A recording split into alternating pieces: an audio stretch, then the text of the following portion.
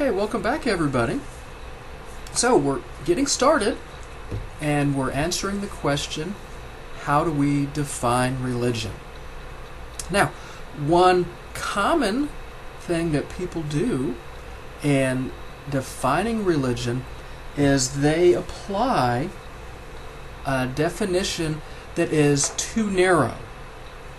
So you'll see on the slide, that refers to a definition that specifies content too much and excludes genuine religions. So this would be an example of definition of religion that would be too narrow.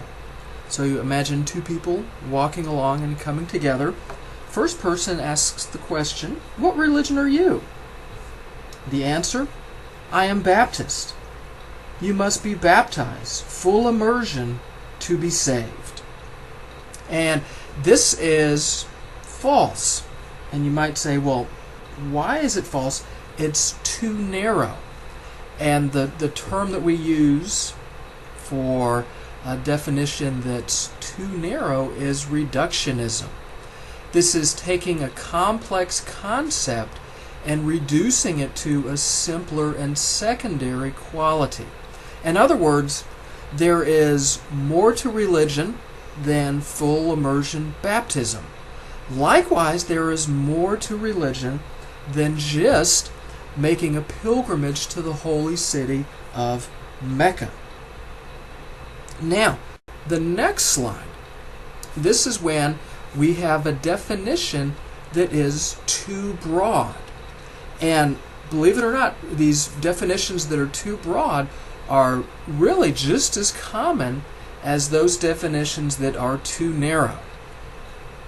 Any definition of religion is too broad if its definition is so vague and unspecific that it includes non-religious phenomena.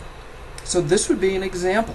So imagine those same two people that we had before, and then the first one asks the question, "What religion are you?"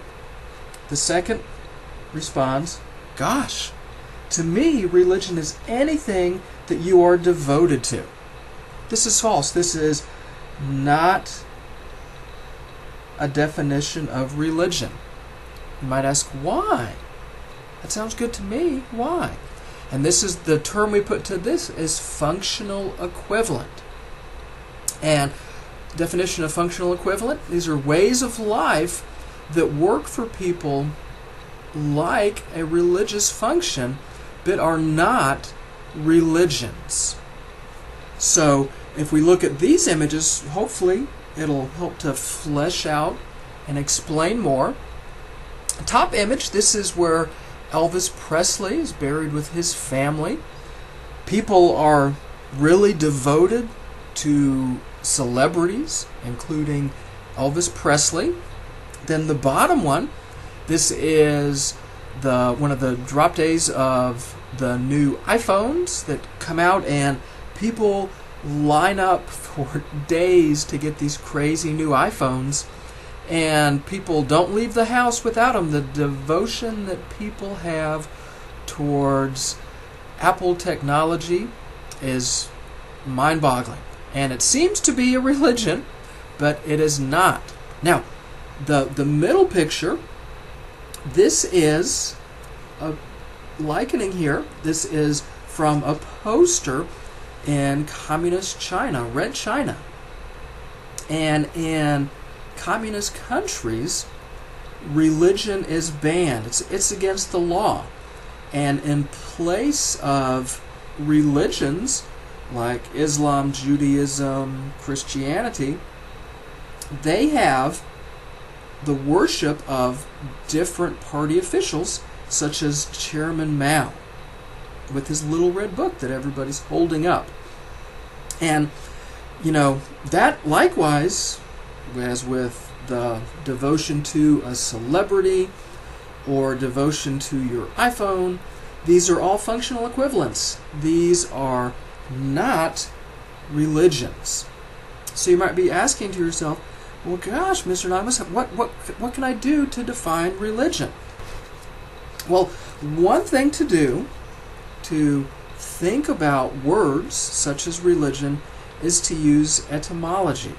And etymology involves the study of words, their origins, and the different word parts. So if we use etymology, then we can see that the word religion is really composed of 3 different word parts. So you'll notice here on this slide that the word is broken down into its word parts. And then we can look at the different word parts. So the prefix re means back. For example, if you have to repeat a class, then you have to go back and take that class again. The root lig means to bind or connect. And examples here would be obligation or ligament. If you're obligated to someone, you're connected, or you're bound to that person. Likewise, a ligament, that's that little part that's involved with our joints that connects muscle and bone, that ligament. So in terms of etymology, the word religion means to be connected, to be bound. So we're kind of deepening the definition of religion. Now, another way to define religion is anything that seeks to answer certain questions. So the 4 questions: how do I live the right way? What is my place in the world? How do I pray? What happens after I die?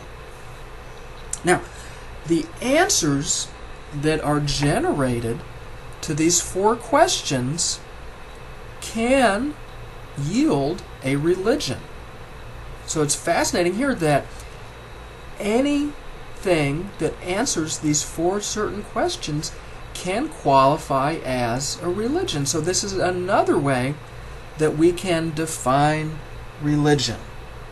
So we'll pick back up with the following slides in the next video.